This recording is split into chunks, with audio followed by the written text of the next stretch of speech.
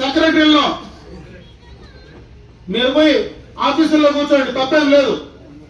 ఎక్కడైనా తప్పు జరుగుతూ ఉందంటే ఖచ్చితంగా కూడా మీరు పోయి ఆఫీసుల్లో కూర్చొని మాట్లాడండి.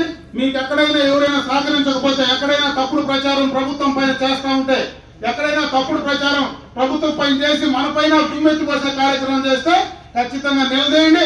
మీకు కనుక నేనుంటాను, మీరు ఎవరు భయపడాల్సిన పనిలో ధైర్యంగా మీ పని మీరు చేయమని చెప్పి నేను ఈ సందర్భంగా నేను మిమ్మల్ని మరొకసారి కోరుకుంటా ఉన్నాను. ఇవే కాదు, అప్పుడే రంగనాథ్ ఒక మాట అన్నాడు, ఏమీ కాలేదండి, ఇండ్లు ఇస్తా ఉన్నాం, వాడుకునేది మీరే, షెడ్లు ఇచ్చినాం, కాకపోతే బిల్లులు కొంచెం లేట్ అయింది. కరెక్టే కదా? మళ్ళా షెడ్లు ఎన్ని కావాలన్నా కూడా షెడ్లు ఇస్తాం. సీసీ రోడ్లు ఇచ్చినాం, గోకులం షెడ్లే, సీసీ రోడ్లు ఇచ్చినాం, మామూలు రోడ్లు ఇచ్చినాం. డ్రిప్ ఇరిగేషన్ గత 5 సంవత్సరాల్లో మోర్ ఇచ్చినారా, ఓ పిచ్చి ఇచ్చినారా? ఆ రోజు ఇచ్చిన కూడా 70% 90% పరిమితం చేసినారు. ఈరోజు మనం ఎస్సీ ఎస్టీలకు ఉచితంగా ఇవ్వాలని నిర్ణయం తీసుకున్నామా? అదేవిధంగా అందరికీ కూడా 90% కింద సబ్సిడీ ఇస్తా ఉన్నామా? ఈరోజు ఎవరైతే భార్య భర్త ఉండి ఇద్దరికి భూమి ఉంటే ఒకే కుటుంబంలో ఎంతమంది ఉన్నా, ఇంతకుముందు ఒక కుటుంబానికి ఒక కార్డు ఒకటే ఇచ్చేది. ఈరోజు ఎంతమంది పేరు మీద 1B వచ్చినా, ఎంతమందికి పాస్బుక్లు వచ్చినా అందరికీ కూడా ఈరోజు డ్రిప్ ఇచ్చే అవకాశం తీసుకుంటున్నామా రైతులకు? మనం ఆ రోజు ఎన్నికలకు ముందు చెప్పినటువంటి మాట ప్రకారం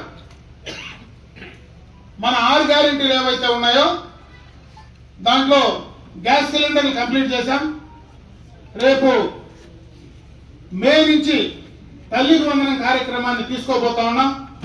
అదేవిధంగా ఆర్టీసీలో ఉచిత బస్సు సౌకర్యం కూడా కంప్లీట్ చేయబోతా ఉన్నాం. అదేవిధంగా ఆ రోజు ఏదైతే ఫీజు రియంబర్స్మెంట్ మళ్ళా కాలేజీలకు ఇస్తామని చెప్పామో దాన్ని కూడా మళ్ళా మనం పునరుద్ధరించే కార్యక్రమాన్ని తీసుకోబోతా ఉన్నాం. ఈ రోజు మంత్రి గారు స్టేట్మెంట్ ఇచ్చినారు. అప్పుడే మనకు పెన్షన్లకు సంబంధించి కూడా గతంలో పెన్షన్లు మనకు రావడం లేదు, ఈ 6-7 నెలలుగా మనం పెన్షన్లు ఇవ్వలేకపోతున్నాం. మనం గతంలో పెన్షన్లు తప్పులు చేశారు విపరీతంగా, దాన్ని ఈ రోజు మళ్ళా కూడా ఎంక్వైరీ జరుగుతూ ఉంది.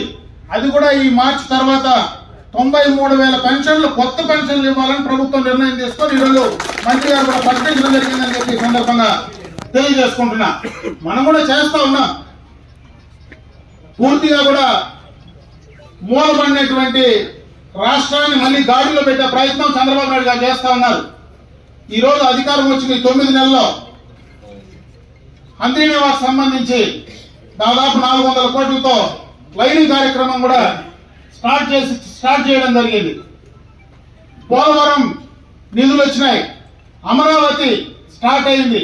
అంటే అమరావతి మనకు సంబంధం ఉందా లేదా అనేది పక్కన పెడితే మన క్యాపిటల్, అక్కడ మనకు డెవలప్మెంట్ జరిగితే ఖచ్చితంగా మనకు అక్కడ ఎంప్లాయ్మెంట్ జనరేషన్ అవుతుంది. ప్రతి ఒక్కరికి రాష్ట్రం అంతా ఎంప్లాయ్మెంట్ జనరేషన్ అవుతుంది. రాష్ట్రానికి ఆదాయం వస్తున్న ఆదాయం అందరికీ కూడా ఉపయోగపడుతుంది. అదేవిధంగా విశాఖ స్టీల్ ప్లాంట్ కానీ, విశాఖలో రైల్వే జోన్ కానీ, ఇవన్నీ కూడా ఎప్పటి నుంచినో పెండింగ్ ఉండేటువంటి పెద్ద కార్యక్రమాలు కంప్లీట్ చేశాం. చంద్రబాబు నాయుడు గారు అధికారంలోకి వచ్చిన తర్వాత మళ్ళా పెట్టుబడిదారులు ముందుకు వస్తా ఉన్నారు, మళ్ళా ఇండస్ట్రీస్ ముందుకు వస్తా ఉన్నారు. ఇవన్నీ గాడిన పడడానికి 1-2 సంవత్సరాలు ఖచ్చితంగా కూడా సమయం పడుతుంది. ఆ సమయంలో కొంత నిస్తేజం, ఎందుకంటే నేను అప్పుడే చూసిన, ఇంతకు ముందు మనం మీటింగ్ పెడితే ఓన్లు తప్పట్లు చేస్తూ ఉండే, అప్పుడే ఎవరు మాట్లాడినా ఓన్ కూడా తప్పట్లు తగ్గే పరిస్థితులు లేడు. అంటే కొంత ఎక్కడో ఉంది ఎక్కడో కొంత సమస్య అయితే ఉంది. అది కింద నుంచి పై దాకా కూడా అడ్మినిస్ట్రేషన్ లో సమస్య ఉంది. అప్పుడే బాలాజీ 2 మాటలు చెప్పినాడు. ఆ రామకృష్ణ చనిపోతే నువ్వు పోతివే, నువ్వు పోయిన దానికి పోలీసు వాళ్ళందరూ ట్రాన్స్ఫర్లు అయినారండి. నేను పోయిన దానికి పోలీసు వాళ్ళు ట్రాన్స్ఫర్లు అయితే నేను చెప్పింది ఎవడో వైసీపీకి పనిచేసిన చెయ్యాలంటే 240 మందిని చేసి వాళ్ళ ఇంట్లో పెండ్లా పెట్టిన చేత నన్ను తిట్టించే కార్యక్రమం ఉపయోగపడే కార్యక్రమం అని అడుగుతా ఉన్నా. నేను చెప్పింది ఏంటి, బాలయ్య ఎత్తకపోతే నేను ఈ సమస్య ఎత్తనేడా, ఆ సమస్య అప్రస్తుతం. ఇప్పుడు నేను చెప్పింది ఏంటి, 9 నెలలు అయిందా ఈ ఊర్లో. ఈ రోజు కూడా మనం అధికారంలో ఉంటే మనం వేసుకుంటే మనతో ఉంటాడు ఖచ్చితంగా. అయితే ఇంకోటి అధికారంకి వస్తే ఇంకోటితో పోవాలా. అది మనం పర్మనెంట్ కాదు, అధికారులు పర్మనెంట్, వాళ్ళ ఉద్యోగస్తులు పర్మనెంట్. ఎవరు అధికారంలో ఉంటే వాళ్ళకు అనుకూలంగా వాళ్లకు పూర్తిగా కూడా తొత్తులుగా పనిచేయరు, కానీ వాళ్ళకు కొంత సంబంధాలు ఉంటాయి. ఆ సంబంధాలు ఉంటాయా, కనెక్షన్ పెరిగాయి, పక్కన వేరే కనెక్షన్ తీసుకొని చెప్పిన.